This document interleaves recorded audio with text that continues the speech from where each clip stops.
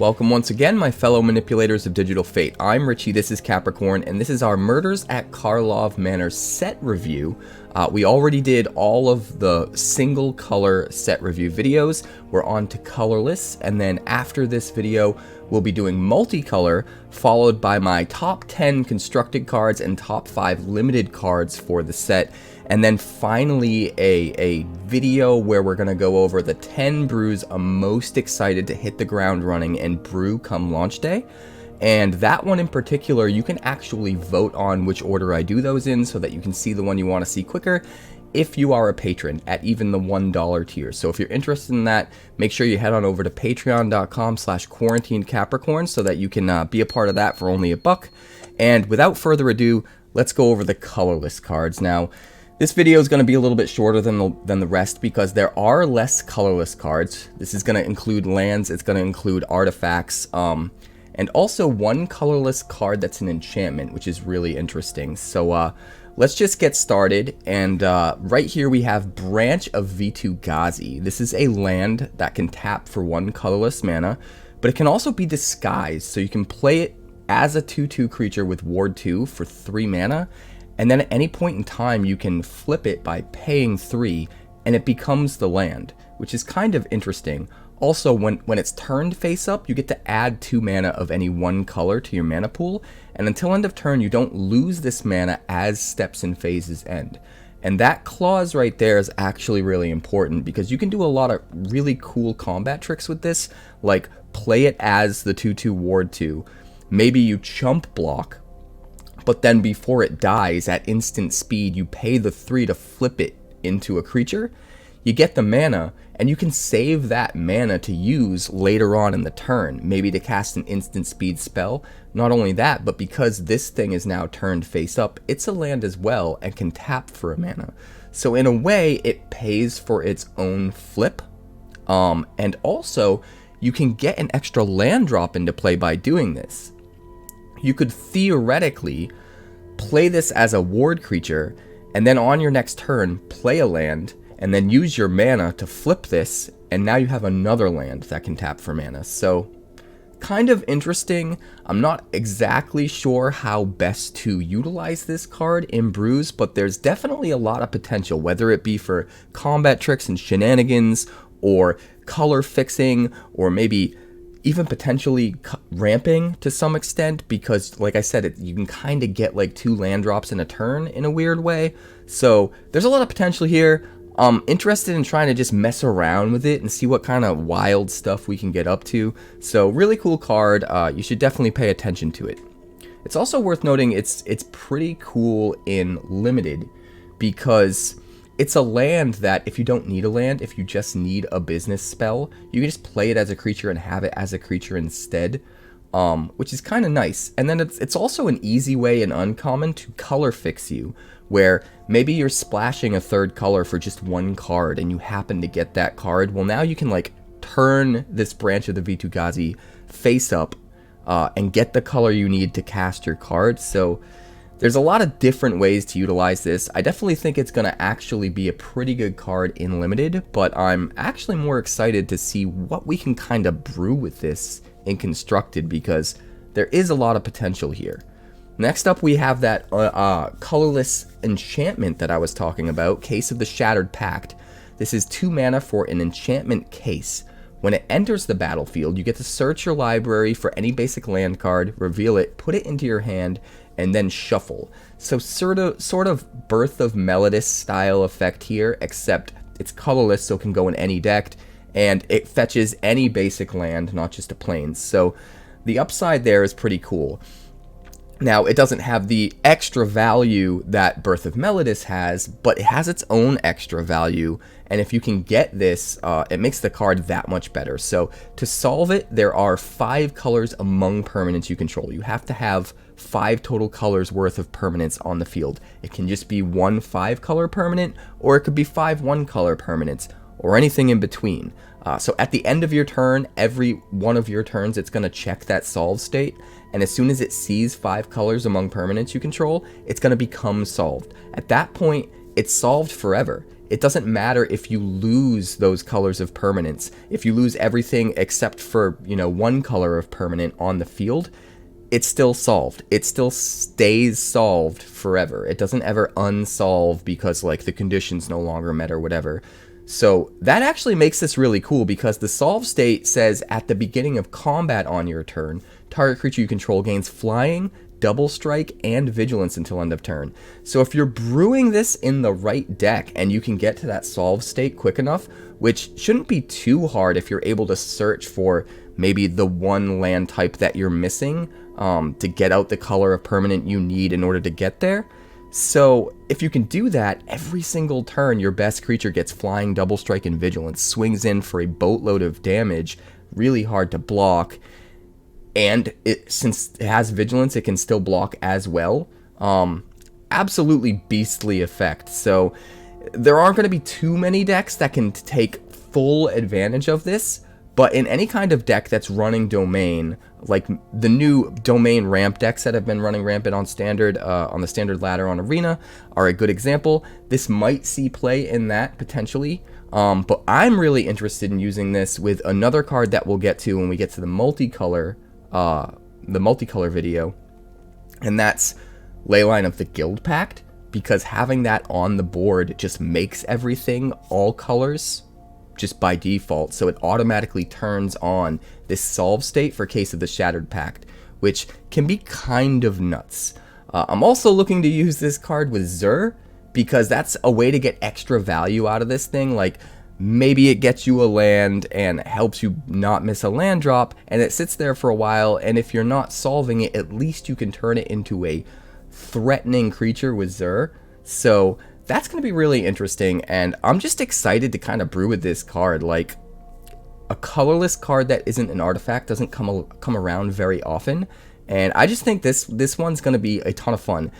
There's just so many different ways you can use it. I mean, you can even just bargain it away to like a Beseech the Mirror or something like that, or sacrifice it to your braids or something like that. Like, there's so many little cool ways to use this card that I can't wait to brew with it. Moving on, we've got the rare cycle of dual lands, and Wizards was nice to us this time, and they gave us all 10, the allied and the enemy color variants of all the dual lands.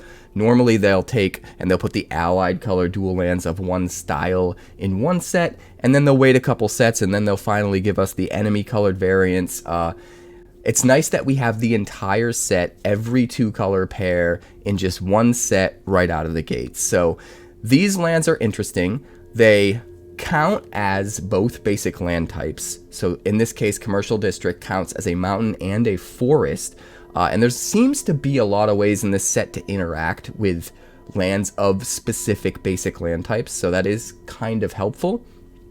It enters the battlefield tapped, but when it enters the battlefield, you get to surveil one. And these remind me a lot of the Theros lands. What were those called? The Theros Temples, that's what they were. The main difference being that the Theros Temples scryed one instead of surveil one, and personally I think surveil is just a strictly better version of scry, because putting something on the bottom, you're never going to see it again the rest of the game, but at least with the surveil, if you have the option of putting it in your graveyard instead of keeping it on top, there's potential to get graveyard interaction there and to fuel things. So surveil 1, in my opinion, is strictly better than scry 1, so these are already better than the temples, but because these count as their land types as well, these lands are actually super good. Now, if we had gotten a normal 2-year rotation like we're supposed to instead of this new 3-year standard rotation, the new Capenna 3-color lands, the triomes or what have you, would have rotated out, and these lands would be much, much, much more valuable for things like Domain and stuff like that. But because the new Capenna triomes are still around, these aren't going to be as good or see as much play, because most people are just going to use those. But that being said, they're still going to be pretty good. And I think as time goes on, you're going to start to see these lands kind of be better and better and be used more. It's also worth noting that because they come into play tapped, they're going to be sort of a strictly better land for like control decks than they are for aggro decks. And that's something to keep in mind. Control likes these a lot more. So we have Commercial District here, which is the Gruul land, and then we have Elegant Parlor, which is the Boros land, and then Hedge Maze, which is the Simic land, Lush Portico, which is the Selesnya land, and then we have Meticulous Archive, which is the Azorius land, and then we have Raucous Theater, which is Rakdos, and then Shadowy Backstreet, which is Orzhov, Thundering Falls, which is Izzet, and then Undercity Sewers, which is Dimir, and last but not least, Underground Mortuary, which is Golgari.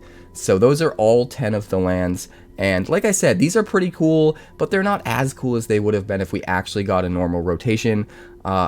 I'm still kind of, honestly, I still kind of have a chip on my shoulder about the fact that we didn't get a normal rotation, because I feel like the card pool is just so big that a lot of these new cards just aren't going to hit the same way that they normally would, and won't be as exciting, and that's kind of a bummer for me, but I digress. Let's move on. Next up, we've got Cryptex. This is a 2-mana artifact. You can tap it and collect Evidence 3 to add 1 mana of any color to your mana pool, and also put an unlock counter on Cryptex. You can also sacrifice Cryptex and surveil 3 and then draw 3 cards, but you can only do this if Cryptex has 5 or more unlock counters on it. So, really cool 2-mana mana rock that makes a mana of any color, as long as you can jump through the hoops. So if you are able to build a deck that can consistently jump through the Collect Evidence 3 hoop, I think this card is actually kind of insane. A 2-mana mana rock that makes a mana of any color is unheard of, and most decks aren't going to be able to use this in an incredibly effective way because it's so limiting with the Collect Evidence 3, but if you are in the right deck that can enable this consistently turn after turn after turn, it's just going to be an absolutely insane mana rock, to be completely honest. And that's not even taking into account the fact that it can sack to draw cards. Like, after you use it a number of times, you can sack it to draw 3 cards. So it's like your mana rock and your Ancestral Recall in like 1 card.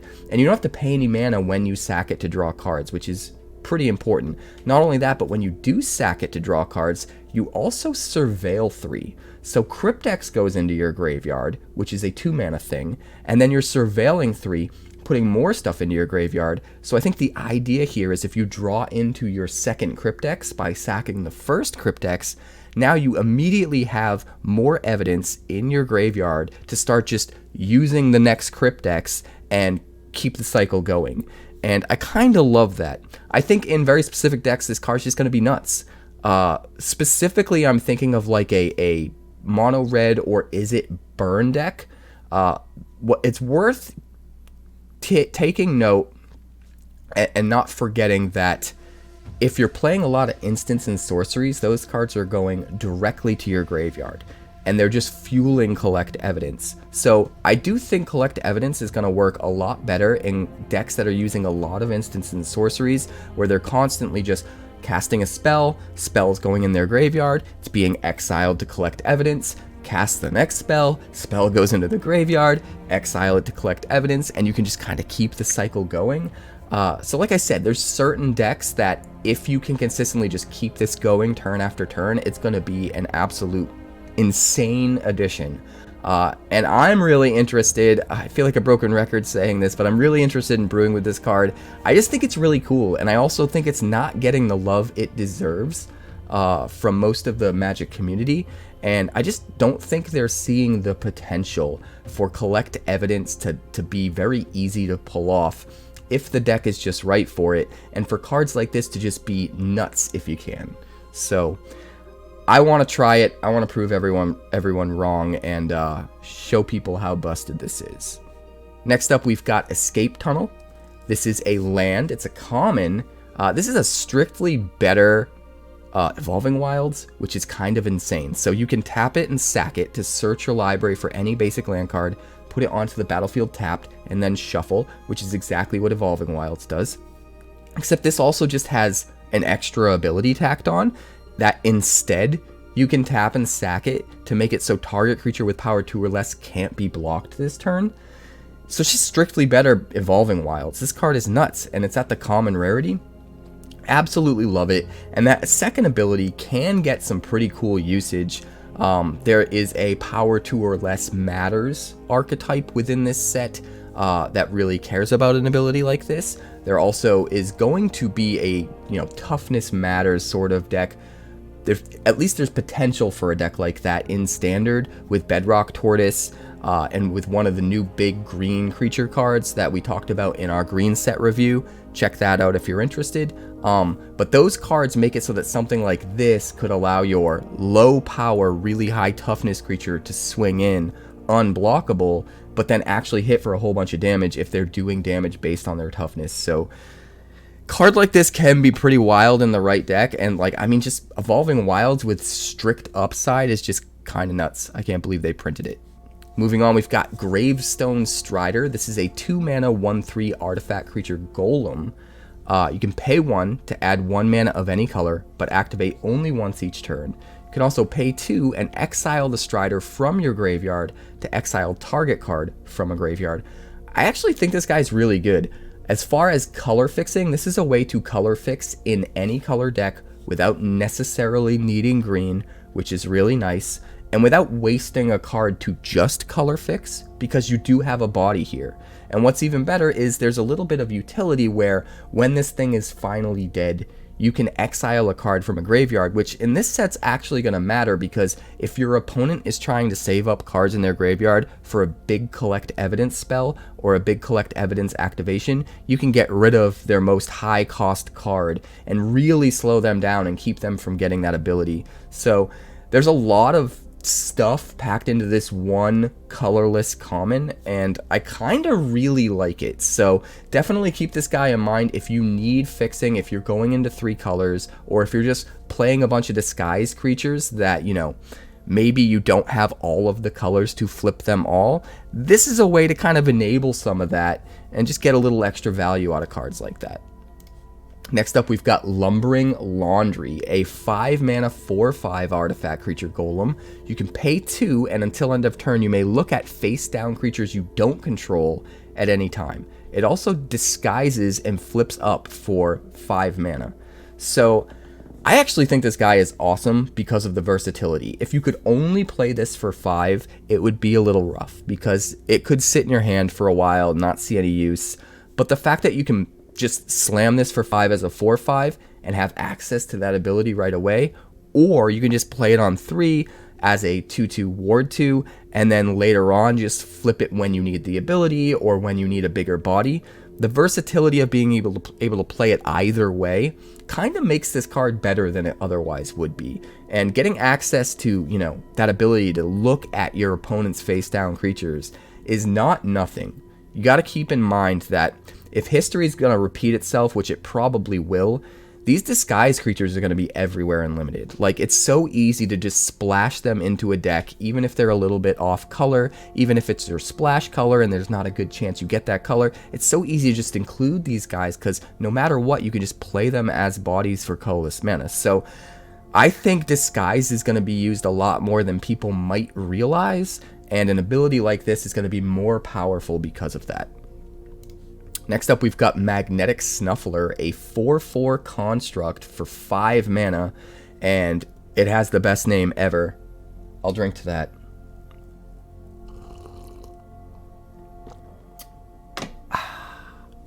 When Magnetic Snuffler enters the battlefield, you return target equipment card from your graveyard to the battlefield attached to Magnetic Snuffler, and whenever you sacrifice an artifact, you put a +1/+1 counter on Magnetic Snuffler. Snuffleupagus here actually does a lot.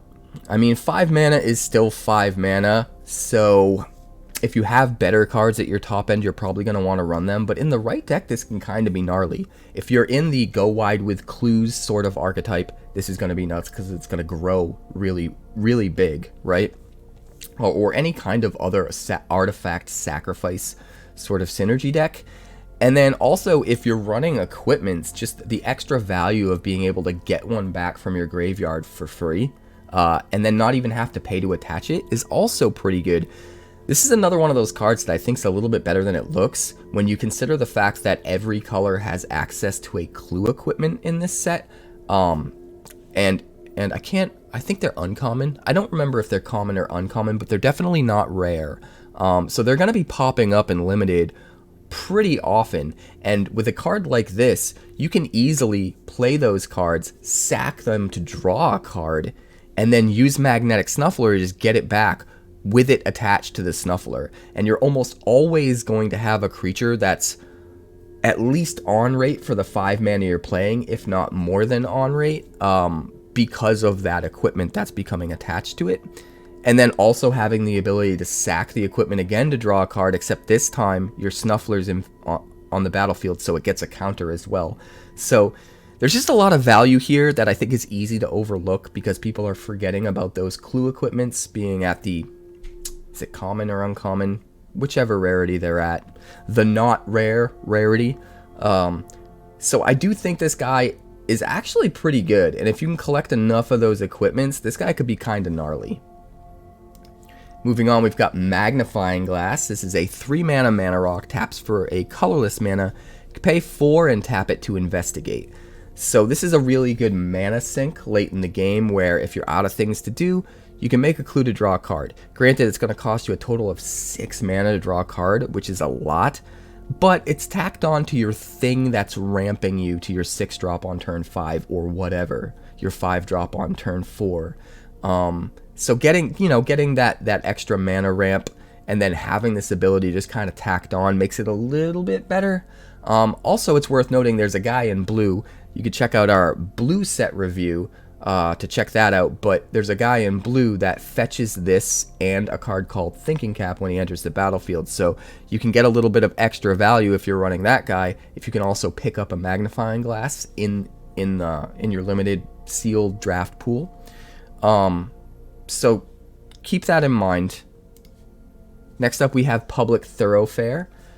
It's a land, enters the battlefield tapped, and when it enters the battlefield, you sacrifice it unless you tap an untapped artifact or land you control, and then you can tap to add 1 mana of any color. I actually like this a lot. It's pretty easy to just have a random artifact chilling on the battlefield that you're not going to use anytime soon, like whether it's a clue equipment or just a clue token itself. Where now you don't have to tap down a land to get this into play, and it can fix your mana colors as a common. So it's easy to pick up a little bit later in the draft, theoretically, because it's a common. So it's a nice way to like, oh crap, I don't have enough mana fixing for my deck. You can pick one of these up pretty late. But you also have the ability here to just tap a land if you don't have the artifact to tap. So there's a little bit of versatility there. It is going to put you behind tempo-wise to do that because it's coming into play tapped and you're tapping down a land. But if you really need to just mana fix and you're low on options and this comes back around as a common, like definitely snag it. It's going to help you fix your mana. And it's much better than past versions of cards like this than we've got, because I feel like past versions you only had like one option of something you had to tap down, whereas here you get 2 different options. Next up, we have Sanitation Automaton. 2 mana for a 2/1 construct. It is an artifact creature. I am about to drink my coffee. When Sanitation Automaton enters the battlefield, you surveil 1, and it's just a 2/1 for 2.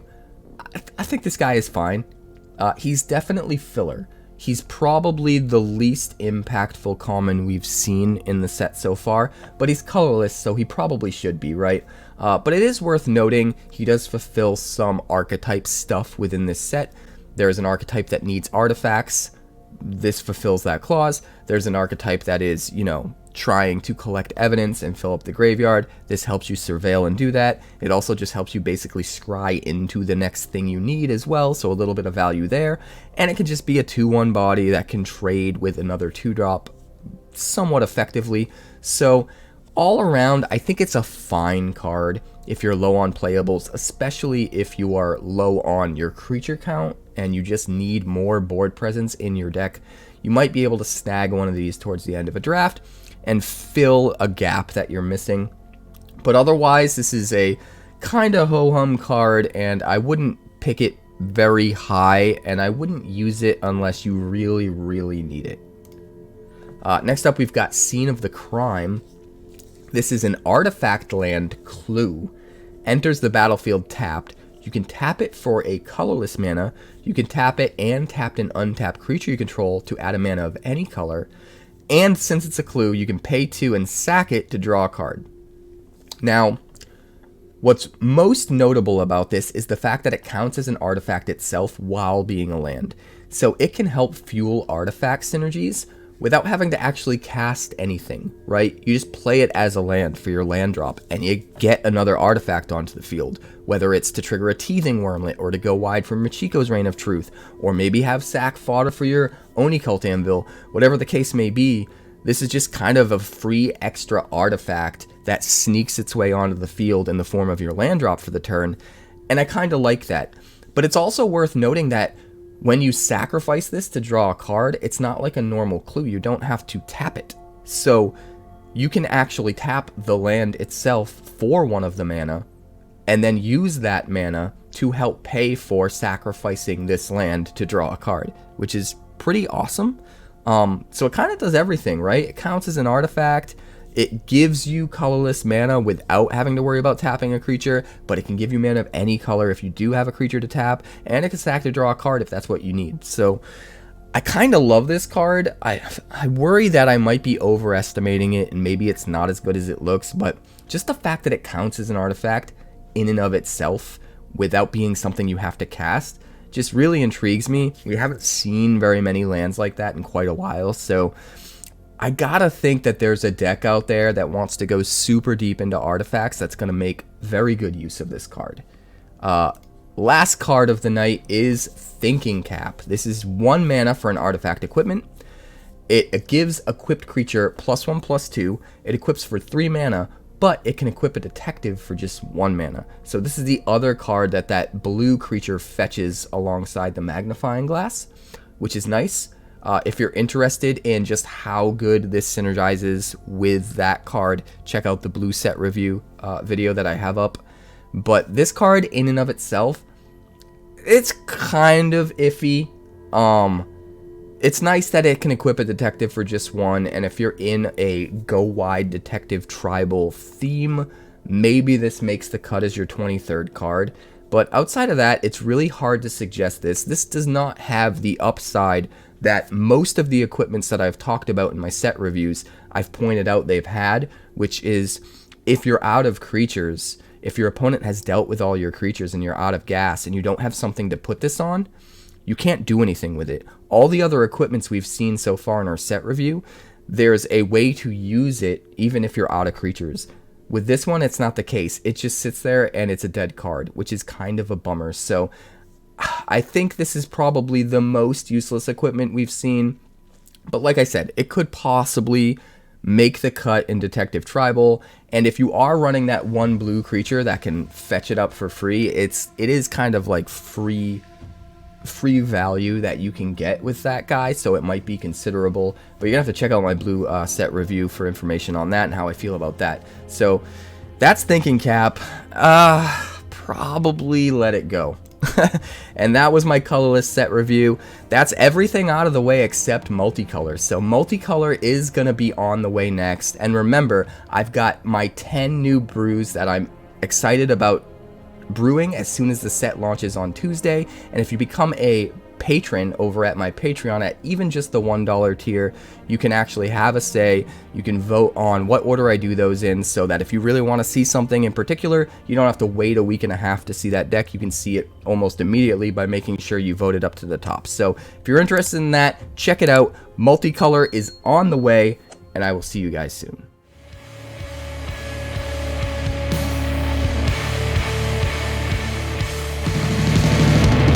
Thanks so much for checking out my channel. I'd like to give a huge shout out to all of my patrons over at Patreon. Without you guys, this channel would not be possible, so honestly, thank you from the bottom of my heart for all of your contributions. If you haven't yet, like and subscribe. The more likes we get and the quicker we get them, the bigger this channel will grow and the faster it will grow. I'd love nothing more than this channel to become something very special for you guys, but it's entirely up to you how fast that happens. Also, if you'd like more deck text, that's somewhere over there, and if you'd like to see what else the channel's been up to lately, that's somewhere up that way. Also, subscribe, circle below, do all the things.